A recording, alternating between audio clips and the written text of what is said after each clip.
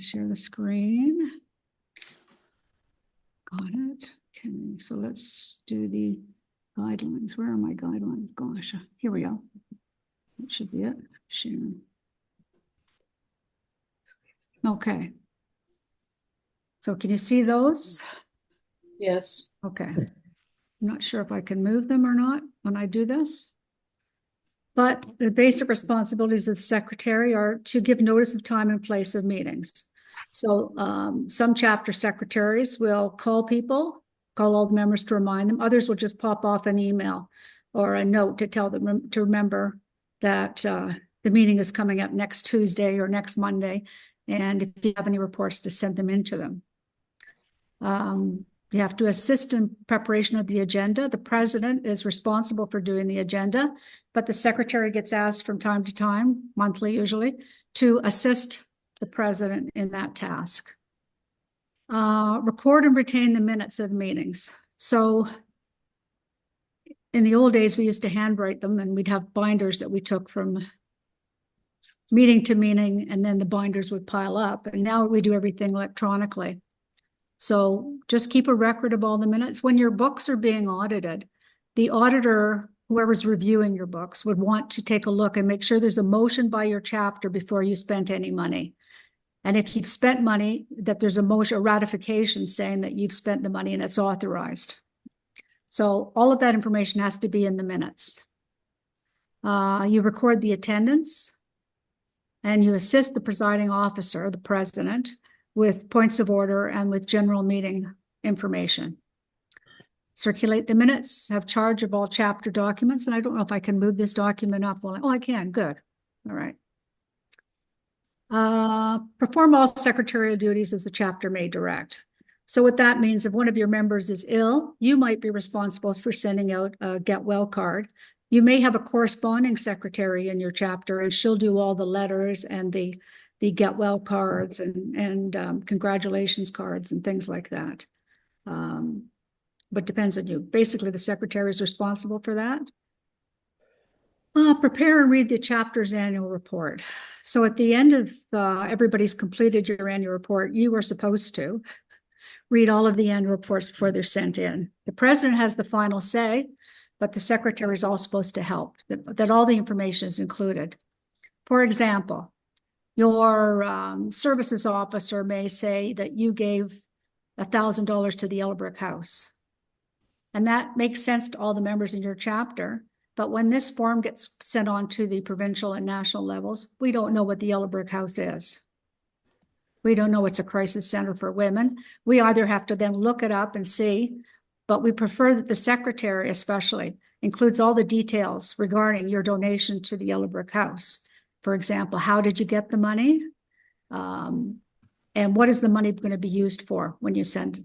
Sometimes the money is sent for little twin blankets, so that are comforters, or sheet sets or things like that. Sometimes it's sent for bus tickets or any number of things, fresh start baskets. But we don't know. All we know is you gave $1,000 to the Yellow Brick House. And so in the secretary's report especially, we like to have all that information is included. And all of the officers, for example, the services officer, if your particular chapter only said you gave $1,000 to the Yellow Brick House, then the national services officer would then refer to the secretary's annual report to hopefully get more information on what the Yellow Brick House is and how you raised the money, when, and what the money was for. Okay. Where are we?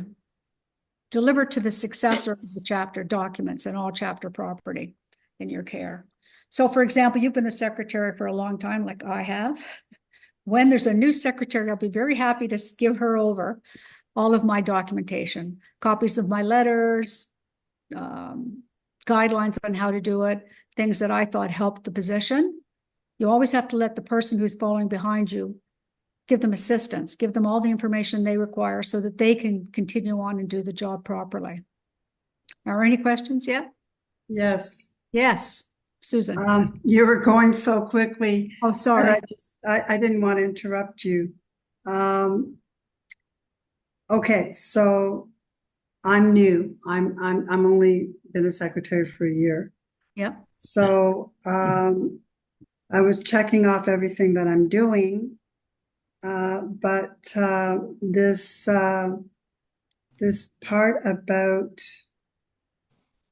uh, you know, how you said to keep all the minutes.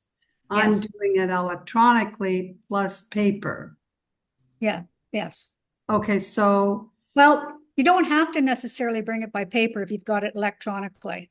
But for example, when you go to do your annual reports at the end of the year, usually it's very important that the secretary and the treasurer be at the meeting to do the annual report. So if you're the services officer, say, going back to services is my example, the services officers put $1,000 to Yellow Brick House.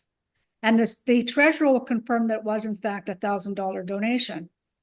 So those figures are accurate, but the secretary will have information of when she did it. You may have done the $1,000 to the Yellow Brick House, say in August or September. So that's fresh in everybody's mind.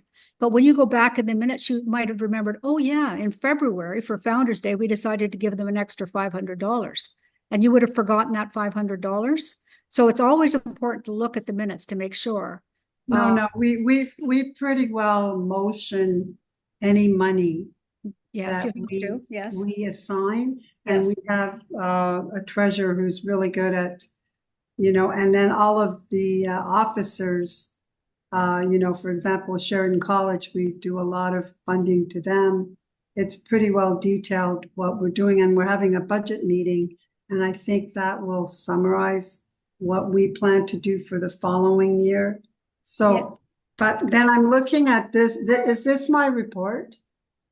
Yes, we're not there yet. We're coming to that. Okay, but when you're talking about this report, this annual report, is that it? Or is it Yes. something separate? Yes. Oh, That's- okay. So I Yeah. pulled everything from my minutes to go on here. Yes. Yeah, But okay. in my example for the Yellow Brick House again, you might have financially donated $1,000, but one chapter member may have donated a bunch of sets of sheets or something to send to them. And that's recorded in the minutes, but it's not in the treasurer's books. So you have to make sure Okay. that Yeah. donated items are included as well. And that'll be included in the secretary's minutes of the meeting. Okay, we had discussion about paper and electronic. Yes. So I think this chapter's been doing paper. Okay, that's fine. That's fine. Lots of chapters. There But are I'm some keeping chapters- it, obviously I have to do it electronically because that's how I'm doing it. That's right. So it Yeah. could be pulled out of my computer Yeah. electronically too. Yes, there are members who still don't go on the computer. They don't feel confident or safe on a computer, so that they still do everything manually. But more and more are going to the computer. It's safer. You're not going to lose the binder. You're not going to lose. That's what everybody's saying. Yeah. Yeah. Okay, so the other question I had Mhm. is because I have never asked for any funds for the printer that I use, the binders, the labels. I mean, I'm using that all on my own. Is that what I'm supposed to do? No, Or can that's a I- legitimate chapter expense. The chapter should reimburse you. Some people ask for reimbursement, others don't. If it's a legitimate expense, and for example, you're buying new labels, you give the receipt to the treasurer. They have to have a motion at the meeting to reimburse you for it, but it's a legitimate expense. If you're putting on a dance and you have to print tickets or anything like that, that's a legitimate expense. Yeah, no, it's just that, like the printer and the paper, because some people need a hard copy. I have to get a hard copy for, some people don't have computers, so I deliver it or, give it at meetings. So it's not a lot, but I mean, if I'm No. going to continue doing this, I think I just want to get some Yeah. funds. Some chapters will go to Staples or wherever, a stationery store, and buy a pad of computer paper to give to the secretary to use, so she doesn't have to take the money out of her own. But if you buy something such as stamps to mail them, then you ask for reimbursement for the stamps, and you keep a record of the stamps as you use them. Make sure that everything's above board. But yes, that's a little. No, I would. I just. Yes, of course. Yeah. Yeah. But the auditors need to see that they've reimbursed you for Yes, this. of course, it would all be Yeah. tracked. Right. Any other questions? Yeah, Chris, a comment. Yep. So when I became provincial secretary, there was a hunt for the memory disks, which disks had actually been replaced by memory sticks. But one of the things I've noticed is as the technology is advancing, there are fewer and fewer devices that have portals that you can insert a memory stick for or into because they're trying to convince everybody to save to the cloud. Right. So I'm keeping a hard copy of everything along with the memory stick that has the items because down the road, I fear that another secretary won't have um, a device that allows them to put a memory stick in, and at least they can look at the hard copies to see the record. Well, when I bought this laptop, it was the first laptop I bought, and I never even thought of asking if it had a CD DVD player, and it doesn't. And I don't have a USB, the normal USB stick opening to slot it in. So I had to buy another extension so that I could attach it to put the USA or whatever it is I've got, USB-A into my computer. And so usually the newer ones do have little devices that come with them or that you can purchase to do that. But I know technology changes, and when you really think about it, the minutes don't take up a lot of space on your laptop. So normally you would have them saved as secretary. The president probably has them saved on her computer as well. And there is more than one copy. I'm nervous about putting things in the cloud myself. And with this one, everything went over to the cloud, and every once in a while something pops up and says it's got a new location. I don't know where the location is. I don't even know what it's talking about. And it is frustrating for people who, like me, don't know what's going on. But everything backed up on mine into the cloud somewhere. So if I ever need it, I guess I can like my computer is not an Apple product, but my iPad and my phone are Apple products bought by my son. I would never have bought them. But anyway, everything can be seen on all of them apparently through the cloud. Of course, I don't know how to access it, but I've been told that I could look up my documents on my iPad or my phone. So I don't know. Yeah, you have to, I created files. Yeah. So I've got like IODE general meeting, IOD, budget meeting, whatever. So I have the files. So they are in the cloud also, but also a file. Oh yeah, no, they're definitely still on my log somewhere. Yeah. And I have files for everything as well. Are there any other questions? I have a question. Yep. It's regarding where you said donations need to be recorded in the minutes. Do you have to have a value? Well, for example, in my example of the services and the comforters that were donated to, or the bed sheets or something that were donated to Yellow Brick House, if you don't know what they cost, often a member will say, "I just saw them on sale, so I bought them, and I'm donating them to the Yellow Brick House through the chapter." So they'll know how much they cost. But I think there's a valuation sheet that goes out with the services, and it gives you a guideline of what the sheet sets should be and what comforters should be. And for example, if you have knitters and they knit hats and gloves, there's a valuation that you can use. And otherwise, you would just use how much the person paid for the yarn.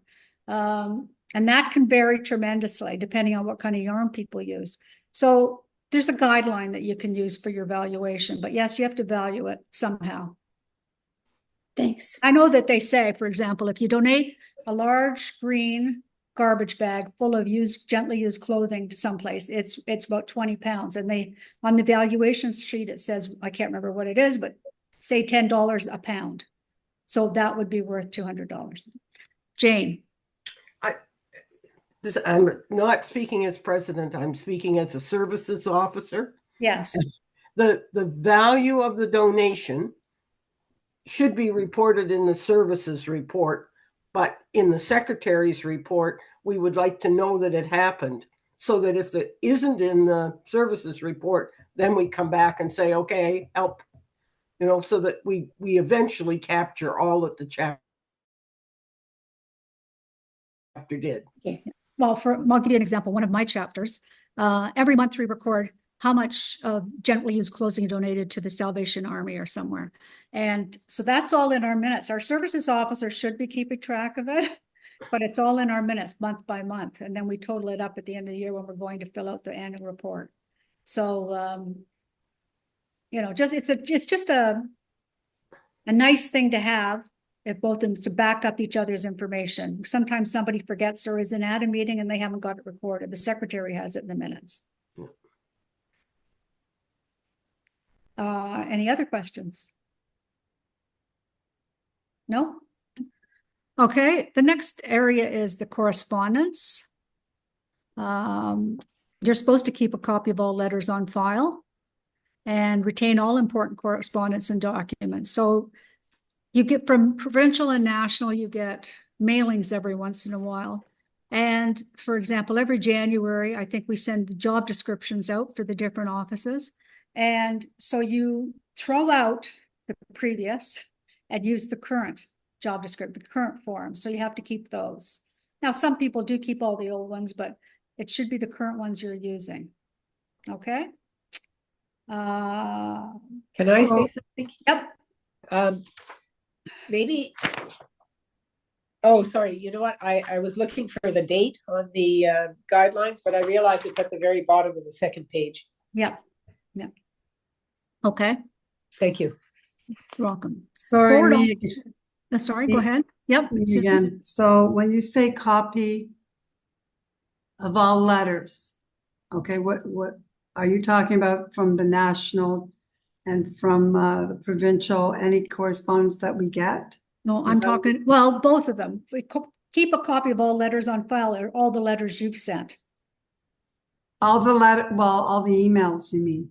Yes, or if you have to I write send an them all by email. organization. Yeah, Yeah. okay, but copy your email so that you've got in a file, so that you've got a copy of all the letters that you've sent. So for example, if you decide to go to Giant Tiger and ask them for a donation or a discount on goods that you're buying for your adopted class, you would write a letter and then you'd give it to them, but you'd also have a copy so that you know that you sent a letter and this was the date.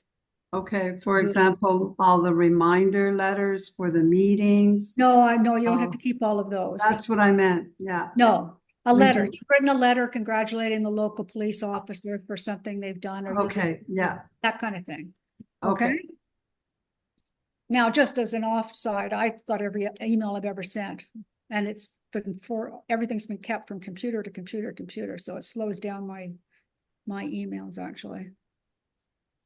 Forward all communications directed to the national chapter through the jurisdictional chapter. So if you are sending a letter to national, you send it to your provincial chapter first, or if you have there's a couple municipal chapters still around. So they would go through the municipal chapter, then to the provincial chapter, and then on to national. Okay. So if, for example, you want us to take on a new program Canada-wide for something, you would send it through the channels. I'm sorry, I'm going to interrupt again. That's okay. So in my chapter, we have, reps for the provincial, rep for the national. And then there's every officer does their own thing. They seem to be sending their own correspondence. It doesn't go through me. No. So that correspondence, what happens to that? That's their responsibility. You're only responsible for correspondence you send on behalf of the chapter. Okay, so it doesn't have to be filed somewhere together. Well, they should be keeping their correspondence and then passing it on when they give over the job to someone else. Okay, so it doesn't have to be a central filing system. No. Okay. Okay. Okay, let's move on to the preparation of minutes. As I said earlier, minutes are a permanent record or the history of the chapter and things that go on. Full names need to be used. Everything has to be accurate, the proper name of the account, the dollar amount, the date, and all that kind of thing. So minutes usually have the name of the chapter, the date, time, and place of the meeting. So, for example, one of my chapters meets the second Monday of the month, and we meet in members' homes, but we record in the minutes whose home we were at for that meeting. Name of the person in the chairs, that's usually your president. Sometimes she's not able to be here. It might be your vice president or another officer's agreed to chair for the evening. The number of members present, and actually, well, you do take attendance usually, and you say how many members were there. All rulings made by the chairman and the nature and result of any appeals on these rulings. So if there's a motion or anything that's happened and they're talking about something, make sure that whatever you're discussing is written in the minutes, that you actually discussed it. The motions properly moved include the name of the mover and the seconder and the results of the votes taken. So you would have the mover, the seconder, and then you would say whatever the motion is. And then at the end, you say whether it's carried or not, because sometimes a motion is made and it's defeated. And also when you've got a mover and it says the results of the votes taken. So let's say 90% of people were in favor and one person puts up her hand as she's opposed to it. You ask her if she wishes to be recorded. Not always do they want their name down as being opposed to something, but occasionally they do want to be recorded as opposed to whatever the motion is. You just make a note of it in your minutes. List of the reports and documents introduced during the meeting. So a brief description or highlight of whatever the report was. Let's just say your services officer came and she said she'd like to support the Yellow Brick House. And she's looking for ideas on how they can support the Yellow Brick House this year. So you would say a discussion took place regarding supporting the Yellow Brick House, and the possible options for support this year are this, and this.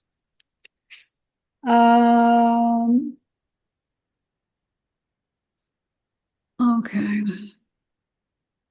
So action items. So you're discussing the Yellow Brick House donations. You've got a possible, say 3 different options you'd like to do. So you'd write down what those 3 are, and then the action item would be Mary is going to investigate this, Susan's going to investigate that, and Diane's going to investigate this. So you outline who's going to investigate in the meeting. At the end, it's the time of the adjournment and who adjourned the meeting, and the president and secretary sign all of the minutes. Okay. On the back of that form, it gives you a sample, especially if you're a new secretary. So you would say the meetings, minutes of a meeting of IODE West Gwillimbury chapter held on whatever the date, the second Monday of the month is, at Mary's house, and the president, Susan, is in the chair, and so many members are present. You can also put the names of the members who are present. And regrets is anybody who's let you know that they're unable to attend the meeting. And then you continue on. The call to order is self-explanatory. You filled in the bracketed things. And here's a motion to approve the minutes. And then business arising from the minutes. So anything that's any unfinished business from the previous minutes or the minutes before that even that hasn't been finalized would come there. Correspondence, then you outline all of the correspondence that you've received in the past month. All the officers' minutes. Motions are accepted and carried. And if it's a final motion, so a project is being completed, and once a year, your annual reports are adopted. They're the final reports for that year. Every other year is not a final report unless it's a project that's winding up. New business comes here. So, for example, somebody sent in a request about what happens if you've sent out the agenda and another request comes in between the time you sent the agenda out and your actual meeting. Well, new business is a place where someone could bring up that specific item. There being no further business, a motion to adjourn was made by so-and-so at this time, and then closing statement is there. And these are just sources that you can check for how parliamentary procedure and how to conduct a meeting. Okay, are there any more questions on the guidelines? I have one. Yep. We record also the number of people who are in Zoom doing our meeting. So we have present, but also by Zoom. Okay. Is that correct, or do you just leave them all as being present? Well, I think I put everybody in as being present. Just because they're not physically present, they are present when they're on Zoom. I've done it both ways. So I'm just trying to think back to my annual report last year. I don't know. Last year, everybody was by Zoom, and I haven't actually done the annual minutes for this year yet, the yearbook, but I don't know. Jane, what do you think? Separate the two or keep them all together? I don't, they're present. So they just show as present. Yeah, I don't think you need to specify which way it is. Okay. You know, Zoom has given us a lot of advantages. And part of me doesn't like it because I miss seeing everybody and some of the social aspect of it. But we are able to, for example, for the National Advisory Committee, we were able to see people from all across the country who normally wouldn't attend an NAC meeting, except that, you know, if the annual meeting is in their province and they're on the NAC, they'd probably attend the NAC meeting there. But we're able to have so much input from people from across the country because of Zoom. I think it's a wonderful invention, personally. It also decreases expenses of people traveling. It does decrease expenses and time. For example, for me to go to the PEC meeting, well, it takes me 2 hours to get down to the national office, but for me to go to the provincial, it's almost 3 hours. So, you know, that's 6 hours that I don't have to be in a car, in traffic, driving both ways. But I still miss not being with people. I'd say I feel more connected now with IODE than I did before. Oh, wonderful, Linda. That's good. That's Chris, Yep. Michelle Batty has her hand up. Oh, sorry, Michelle. Yeah, I had a question about the rules of order. And I Yes. wondered if there was a Cole's notes regarding that on the website, or is that something that could be shared? Because I know a lot of our chapters have used, Robert's Rules of Order, but I think it would be helpful for secretaries and chairs, presidents, to have the information, because I know our chapter, they still talk about Robert's Rules. So I would be interested in learning, like, if there is, you know, something that IODE Canada has that we can share with everybody. I can put something together with you that outlines the difference between, you know, motions, ratifications, pro tem items, things like that. I can put some that, you know, just a brief 1-page thing if you'd like. Yeah, I think that would be very helpful for all the chapters. Okay. Thank you. I do that for the National Advisory Committee. I've got guidelines for the NAC minutes, so I can just pull the information from that document. Okay. Well, let's go on to the excuse me, job description. Michelle, it's Jane. Sorry, Chris. Whoops. Yeah. The two references that are given in the secretary's guidelines, Bernoy's rules of order are simply Canadian parliamentary rules of order, which is what we abide by, and they're very simple. They don't allow the game playing that Robert's Rules of Order. We've all seen the United States playing their games, and Robert's Rules of Order allows that to happen, Benoit's rules of order are so straightforward that you can't play games with them and tangle people's feet. It really just helps the meeting run smoothly.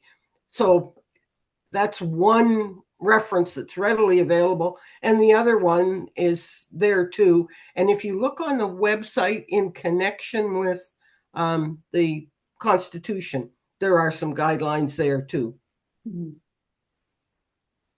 Okay, thank you. And there's probably guidelines in the primary chapter regulations handbook. Yep. Yeah. There are. All right. Let me go on to the Secretary's annual report.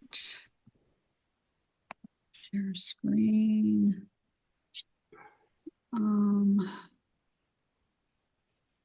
Okay. All right. So like all annual reports, it's due on the 31st of January, 2025 at the end of January next year. So in here, you would put the name of your chapter, your location, your contact information, etc. The very first item is date, time, and place of meetings. So example, the third Monday of the month from September to June. And this sounds like it's trivial information, and people often have said to me, why do you need to know when we're meeting? Well, occasionally an officer at the provincial or national office would like to come and visit your chapter. They have a new initiative they want to introduce or something. It's handy to know. They look back at the annual report you've sent in and they say, oh, well, this chapter meets then, and I'm going to be in the area that day, so maybe I'll try and contact them and see if I can attend their meeting. So it's good to have an idea of when your chapter meets. Doesn't mean you don't change the date occasionally, because that does happen, but it's nice to know this information. The number of meetings. According to General Operating Bylaw number 1, we have to have a minimum of 4 meetings a year. And so it's nice to know whether you're meeting 4 times a year or 10 times a year. Some chapters meet 11 times a year because they have a summer party as well, which is mostly party, and it might be just to unwind from the previous year or get excited for the year starting in September. And it's a very small amount of business, but the rest of it's social. Your description of fundraising activities, any grants or sponsorships you got during the past year, it's nice to know if and any information regarding that, the kind of fundraising you're doing and how you're making your money. What projects does your chapter support with the funds raised? So here we have Yellow Brick House, but there's an explanation of what Yellow Brick House is. It's a crisis center for women. So it's nice for you to put that in and what you did for the Yellow Brick House. Too many chapter officers will just write in the dollar amount and don't go into any details, expecting us to know what the Yellow Brick House is, and we have no idea. What is your chapter known for in your community? Well, there are chapters out there that are known for their butter tarts, and there are chapters that are known for their apple pies, and some chapters are known for their house tours. What is it your chapter is known for in your community? Did you have guest speakers or celebratory events? One of my chapters has a guest speaker almost every month. So the education officers given May every year for Education Week, and she brings somebody in. And depending on what month it is, the officers will just invite somebody to come and speak. And so somebody from the hospital might come one month, or somebody from the local school board or the early learning center, or somebody will come. It doesn't mean we're necessarily always going to make a donation to all these people. We frequently do, but it's nice for people to get to know the type of help that is needed in the community. And it would give the chapter an idea at the end of the year when they're dispersing their funds in October, November, usually, what areas need the money the most. So it's only a 1-page form, and you can certainly add additional pages to this, but it's nice to get a more thorough explanation of what your chapter does. Get a feel for your chapter. These forms, when I was at the provincial level and was going to a lot of chapter meetings, These forms are really helpful because if I knew I was coming to speak to a primary chapter, I would know what that chapter is interested in, focus my talk on what that chapter is interested in. So some chapters, we all have the autonomy to whether we're going to support elementary school kids or adults or seniors. And so if your chapter does a lot of work with seniors, I'd want to talk about how we can help the seniors when I go to your chapter. Any questions?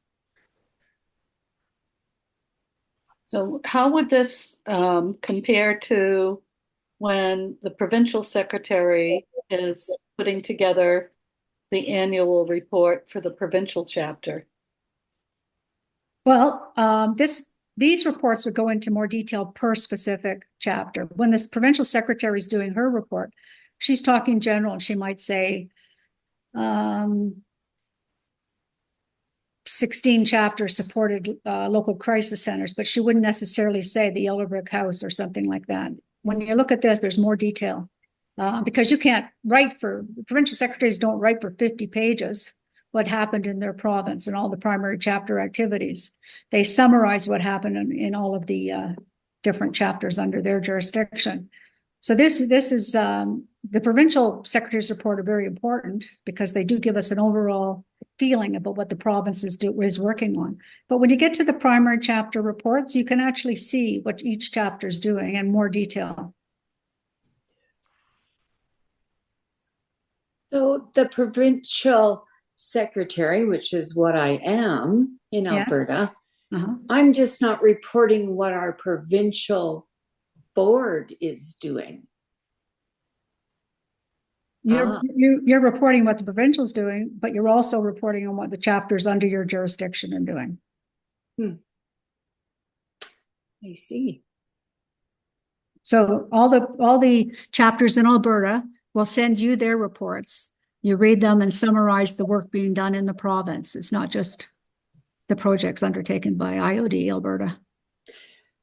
But all the chapters, all the people in the chapters, like the services person in each chapter will send her reports to the services person on the provincial board, and they compile it. That's correct. That's correct. But what does that have to do with the secretary? It doesn't have really a lot to do with the secretary. However, it's nice if the secretary reads all of it has the chapters under her jurisdiction. When I'm doing my national services report, I'm talking about the work that has taken place basically on the national level, not necessarily on the other levels. I do read all of the reports, yes, but I do report basically on what happened at the national level. But the national level encompasses everything that happened across Canada. So I just think it's good to have all this information so that everybody's informed on what is happening at the primary chapter levels, because that's the most important level really of the organization, the primary chapters. At the national level, we are responsible for making sure that the work is being done within the parameters of the guidelines of the organization and that we meet the charitable status information that we have to meet. But the work that's being done is mostly at the primary level. Well, right. And when all of our chapters here in Alberta, they do their annual report, they send it to services, and our services person on the provincial board compiles all that stuff in her report. Like, I just don't see that I have to put stuff in the minutes, in my report about that detail. Yes, I could read them. I have no problem. You don't need to necessarily put the details of each thing in the provincial report. It's a summary of what's going on. So the advantage of receiving the secretary's reports at the provincial level, your services officer might want more details and might read the secretary's report that you've received. She would read those as well, because somebody would just say the dollar amount in their services report, but they might on your report explain what the Yellow Brick House is. You see, so then they would get that information from your report. Other Which than if I helps. talk to them and say, in your report, you need to be more specific. You need to say that we've given money to the Yellow Brick House. We got this money from working on casino, and the Yellow Brick House is an abuse center, and we are going to provide them with books. You need to provide that detail in your report. That's correct. We asked them to do that, but normally the person who's going to be more verbose is the secretary. So she will write more detail about them than the services officer at any level, really, going through all those reports. They just have the name of it and the amount usually. And I know even my own chapter, I have to go through it all and say, okay, now you didn't explain what this is for the person out there who has no idea what this organization is. Well, I only started this job this year, so I really don't have much idea about much. Okay, that's fine. That's fine. Jan, you got your hand up? Yes, Sharon, I'm Jan Casborn. I'm the provincial secretary for Ontario, and I've been doing it for about 4 years, I guess. Sorry, I've got a cold. Would it be helpful if I emailed my last year's report to you, just so you can get an idea of what's reported? I think I'm doing an okay job. I haven't heard that I'm not. So I don't know if that would be helpful at all. Sure. That's great, Jan. Thank you. Wonderful. To get my email address or yours. I would be listed somewhere. She's as listed on the NAC list, Jan. Okay. Yeah. She's not getting minutes. Okay, Maybe. perfect. Thank I'll you. get it from there. Okay, now I will go to the questions that were submitted. If there are no more questions at this point, let me just find my. Okay.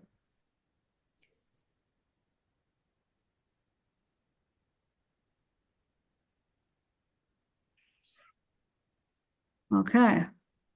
Sure. So, what is the best way to store past minutes, especially that everything is now typed and printed binders, duotangs, file folders? Secretary, I also include all provincial and national meetings. How much needs to be kept for each year? Well, minutes are kept until the chapter retires. They can be stored in the local archives, museums, universities, libraries. Provincial and national should be notified when where they are stored. Digital records are acceptable, but will need to be refreshed occasionally. For example, when we change from a CD to a DVD to USB to whatever it is I'm using now in you have to update them, but you've always got them on your laptop, so it's easy to save over and on the new technology. Next one. Without seeing the 2024 annual report forms that will be used next year, my problem is I can't really see what I'm writing here. Hold on. Let me reduce this. Sorry. I do not have any questions. The 2023 annual report forms I needed to use were easy to follow, and because I pay annual fees for access to Adobe Acrobat as well as Word, I have greater flexibility when using the fillable forms, so I did not run into some of the problems other officers seem to have. Also, I work with a MacBook Air, but learned as I was trying to help some officers in my chapter trying to use the fillable forms on an iPad or tablet posed issues. People who had Android laptops or desktops seemed to fare better. If anybody is having any difficulty completing their annual reports, Mary Gann at the IOD Canada office is always available to assist members in completing annual reports. She's helped everybody with every problem they seem to have had, so I would go to her when completing that. When doing the minutes for a primary chapter, should motions be the same as provincial and national? Example, moved by, seconded by, and carried, all in favor? And begin with that. Yes, all motions are in bold and must stand alone. That is, they must be self-explanatory.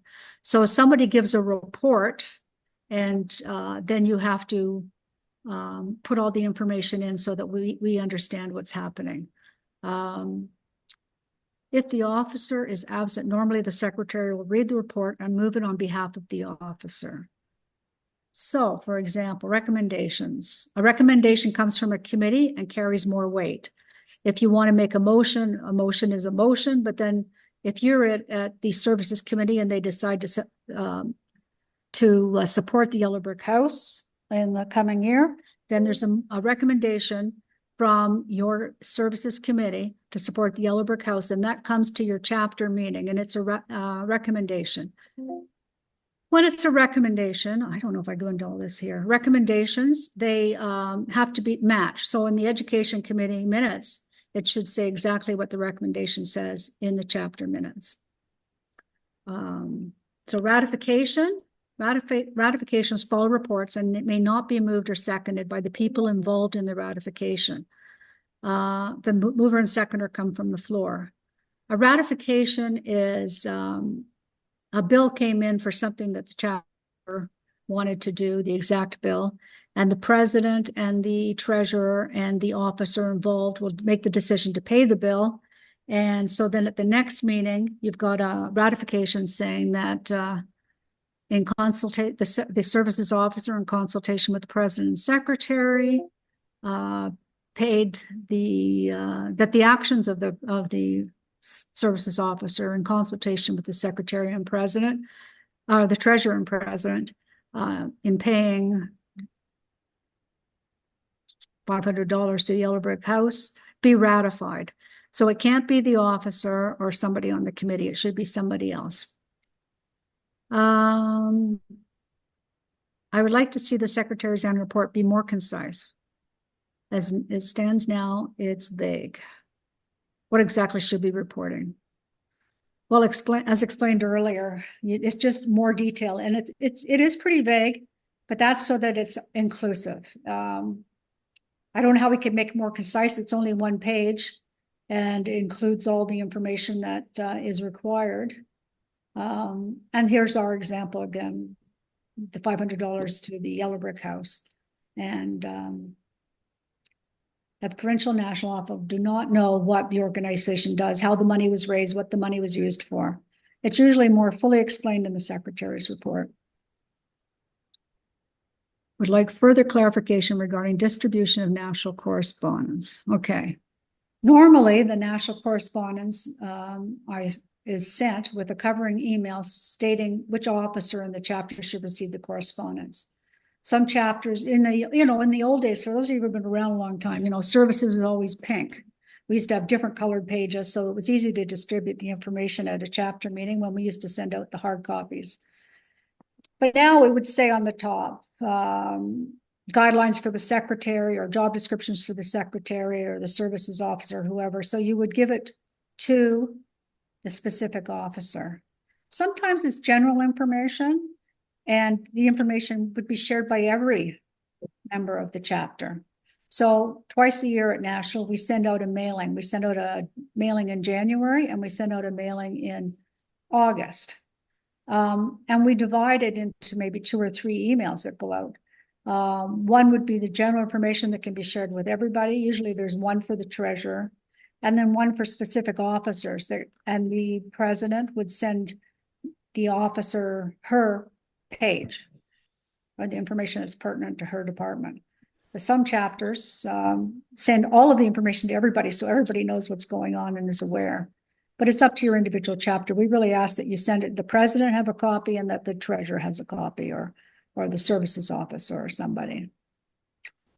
Our chapter needs clarification of outside hours and to what reporting is used for these hours: communication, citizenship, services. Seems to be overlap of reporting on both citizenship and services reports. Why are the national donations, Canadian Disaster Fund, Services Fund, Snack Pack Fund, on several annual reports, such as Treasurer's, Citizenship, and Services Report? This seems very repetitious when they can be seen on the main Treasurer's report. Well, the Treasurer's report has basically figures, and the others have more of an explanation. So, for example, the Canadian Disaster Fund. I know I'm going to say this should be referred to the citizenship officer and the treasurer at their workshops. But let's say the Canadian Disaster Fund. There's a flood in your community, for example, and National's been asked to send money into the Canadian Disaster Fund. So National might send $3,000 or $5,000 to that, for that specific fund, earmarked for specific purpose. But the local chapters in your area might decide to try and do something for immediate housing for people, or the education. People might decide to buy books for the local school. So that would come under education, under services, helping with housing and helping with bedding and things like that would come under services. Other people, members of your chapter, might be volunteering their time, and that would come under hours under citizenship. So there's a lot of ways where, and it sounds repetitious, but it's not really repetitious. It's the various ways that you were helping the area that was flooded. So that's why it would be reported on more than one report. We're not duplicating the $5,000 that was sent to the Canadian Disaster Fund. It's in addition to that money. It's how your chapter has helped the people in that area. But it should be referred to the citizenship officer and the treasurer. How do you handle correspondence received after the agenda has been sent, but a request has been made that is time sensitive? Well, if it's time sensitive, normally an email sent to every chapter member to comment on whether they are in favor of the chapter authorizing it or assisting in some way. If it is not time sensitive, it can be left until the next meeting, or the member who suggested the initiative can bring it up under new business. These are the three ways that this is handled. Ideally, we really don't want anything being brought after the agenda has been circulated, because the agenda gets pre-circulated to the members so that members have an opportunity to actually think about it before they make a decision. Obviously, if you find out that there's a grant application that's due at the end of the month and your meeting is the 4th week of the month and you'd like to proceed, then it should be circulated right now and ask the members to respond right away to see whether they want to do that or not, to apply for that grant. Looking for ideas to include more members in planning events and suggesting new ways of gaining members. How can we get contributions from outside groups to support our initiatives? Well, I guess I didn't write an answer to that. That really comes under membership.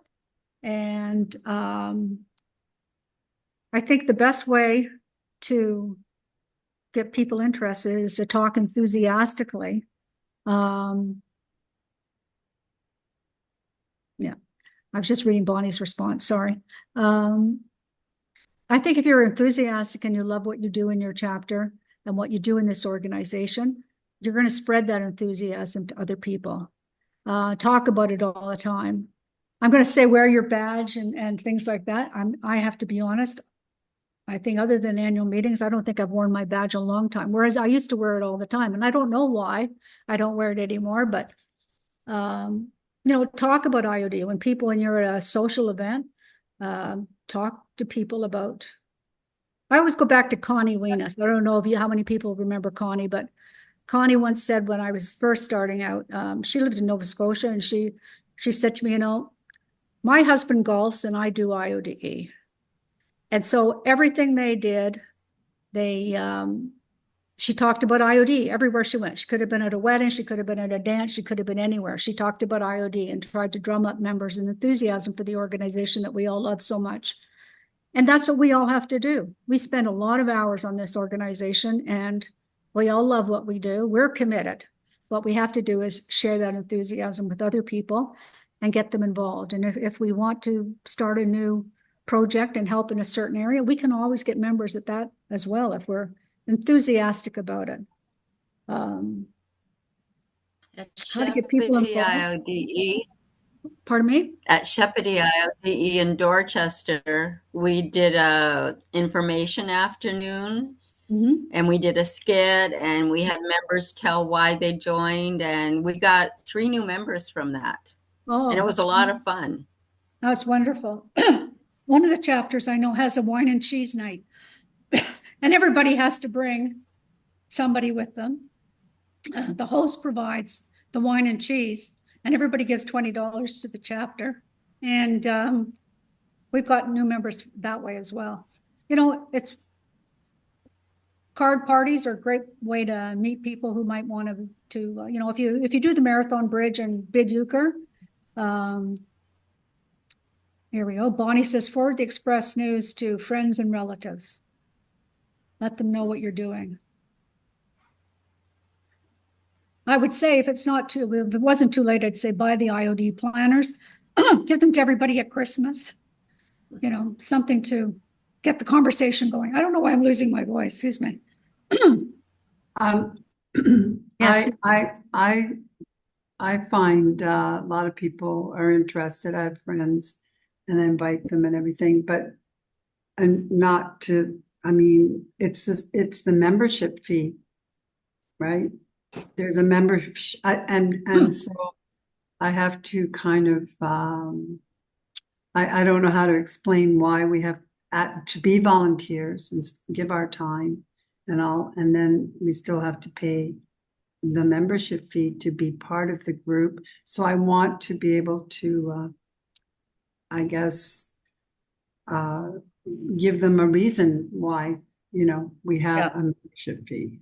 Well, the membership fee, they get an income tax receipt for it. It's nominal. And whenever anybody's complained to me about the membership fee, I've said, you know, I've got 4 kids and brownies is $200 each. And then, you know, Scouts was just as bad. And we were paying we're paying $50 at the time. So it's nothing compared to what a lot of other people pay. And as Connie Winna said, her husband pays golf fees to be a member and play golf. Our fees are nothing compared to all these other organizations. I know. I'm just saying that they'll say I'm volunteering, I'm doing this, and I'm still paying. Isn't my volunteer time my contribution? You know what I'm saying? So yes. I mean, I understand, but there's some people that don't have $72. They might be like I'm working with a new immigrant. She's now going to be helping me at the shop, like what we're scheduled together. And I'm working with her she would love to be a member, but she's really tight for money right now. Yeah, that's understandable. So, anyways, we'll see what happens with that one, but. Susan, Yes. I've had a few people that were friends of mine in similar situations to yours. They were called Friends of Our Chapter. They came and helped several years in a row with an initiative, a catering, which was a semi-service fundraising activity for us. And afterward, when we had them at we had a thank you recognition dinner for all of our friends. And at that point, we were talking about some of the provincial and national initiatives that our membership dues help support. And that was the hook, I think, that got them, because the dues did not appear to them to be primarily supporting something that they didn't see any value to. So there was like Snack Pack we were talking about, and the Violet Downey Book Awards, and the National Symphony. Now, granted, Violet Downey Book Awards are supported by a particular endowment, but they were actually now hearing about some things that they weren't necessarily aware of, and I think that could help. I'm not sure. No, she's come to one of our general meetings, and she's going to continue to. And as a new immigrant, she finds it very valuable to be able to be in the shop, to speak and get the experience and because, she's being exposed to a lot of things, as a new immigrant. And her language is getting, like, she has to practice English. So, I'm not pressuring her to pay, that $72, but, eventually she may be able to afford it, I guess. Shirley Ann. Just for the person who doesn't have a lot of discretionary funds throughout the year, you can go back to the old save for charity jars that we used to get, even when we were in school, and you put $1 a week or something. If somebody did that, $1 a week, it would almost cover the fees for certain chapters, or certain chapters charge more money. So if they put a toonie in and they made that their charitable contribution for the year, it would more than cover the fees for IODE membership in any given year. And they get the benefit of A, a tax receipt, and B, being with some of the most dynamic people in Canada. Just thought I'd throw that little part in at the end. This weekend, we were at a girls' weekend, my sister and I, and talking about people who talk about IODE. I usually do, but I was at a different table, and my sister said, could you come over and talk to this lady? She wants to know about IODE. I mentioned it to her. So I've given her all the information. She's going to research it, and hopefully Michelle Batty will have a new member. Wonderful. Great, Shirley Ann. Any other things that you'd like to talk about? Any questions? Any support material you need? Thank you. No? Nope, thank you. I'm not really Thank sure you. how long the workshop's supposed to go, but my form's only 1 page long, so it's Bonnie's, yes, our fees support the operation of IOD at provincial and national levels. Yes. Yeah. Please note that. What do you bet, Bonnie? Why don't you speak instead of sending these little messages? They'll pop up and then disappear. Yeah. Christine, will you be sending a follow-up email that will include the sheet of questions and answers? Yes, I will. I'm going to put something together like minutes, and I'll send them out to everybody. Thank you. Thank you. Thank you so much. Thank you. Thank you so much. Recording with us. Thank you, Chris. Remember, if you Thank have you. any questions, please feel free to call. I just saw your sister, Shirley Ann. I never saw you twice, Sue. On the screen, all of a sudden she popped up. Okay, well, thank you, everybody, and have a great day. Thank you. Thank you. Thank you. Thanks, Chris. Great session.